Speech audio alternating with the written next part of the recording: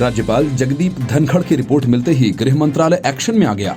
बंगाल में मुख्य सचिव और डीजीपी को तत्काल दिल्ली तलब किया गया। गृह मंत्री अमित शाह खुद बंगाल जाने की तैयारी में हैं। केंद्र को रिपोर्ट भेजने के बाद राज्यपाल जगदीप धनखड़ ने ममता बनर्जी को साफ शब्दों में आग से नहीं खेलने की चेतावनी दी। राज्यपाल ने कहा कि अगर बंगाल में सरकार संविधान का पालन नहीं करवा सकी तो उन्हें अपनी भूमिका निभानी पड़ेगी। राज्यपाल का संकेत साफ है कि ममता बनर्जी को अपना रवैया बदलना ही पड़ेगा, नहीं तो कानून व्यवस्था की स्थिति को सुधारने के दूसरे तरीके भी हैं।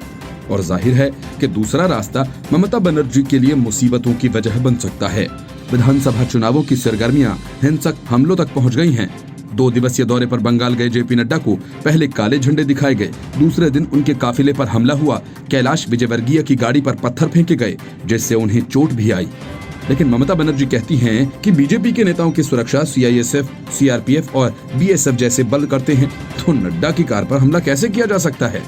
लेकिन ममता बनर्जी का भतीजा अभिषेक बनर्जी कुछ दूसरी ही बात कहता है। अभिषेक बनर्जी ने कहा कि हमला लोगों के गुस्से का नतीजा है। नड्डा के काफिले पर तृणमूल कांग्रेस के कथित कार्यकर्ताओं ने उस समय हमला किया जब बीजेपी कार्यकर्ताओं की बैठक में शामिल होने डायमंड हार्बर ले जा रहे थे। अभिषेक बनर्जी डायमंड हार्बर निर्वाचन क्षेत्र का प्रतिनिधित्व करते हैं। माना यह जा रहा है कि इसी वजह से टीएमसी के कार्यकर्ताओं ने हमले को अंजाम दिया।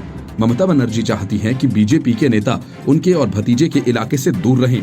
ममता बनर्जी ने आरोप लगाया कि बीजेपी हर दिन हथियारों के साथ रैलियां कर रही है और उसके कार्यकर्ता सत्तारूढ़ तृणमूल कांग्रेस पर आरोप लगाते हुए साथी कार्यकर्ताओं पर हमला कर रहे हैं। नड्डा पर हुए हमले पर पश्चिम बंगाल की सीएम ममता बनर्जी कोलकाता में एक सार्वजनिक रैली को संबोधित करते हुए कहती हैं, बीजेपी के पास कोई और काम नहीं है। कई बार गृह मंत्री यहाँ होते हैं, जब यहाँ नहीं होते हैं तो कोई चड्डा नड्डा फड्डा यहाँ होते हैं। बंगाल की मुख्यमंत्री ने कहा कि आपके साथ सुरक्षा कर्मी होते हैं, कोई आप पर हमला कैसे कर सकता है। आप राज्य की सुरक्षा की जगह केंद्रीय बल की सुरक्षा पर विश्वास करते हैं। हमले की योजना बनाई गई हो सकती है। मैंने पुलिस से जांच करने के लिए कहा है, लेकिन मैं हर समय झूठ नहीं बोलूंगी। उन्होंने कहा कि बंगाल के दौरे के दौरान बीजेपी नेताओं के काफिले में सीआरपीएफ, बीएसएफ और सीआईएसएफ के जवान मौजूद होते हैं। उन्होंने कहा कि यहाँ चुनाव के दौरान राज्य के बाहर गुंडों को यहाँ आने से रोकें।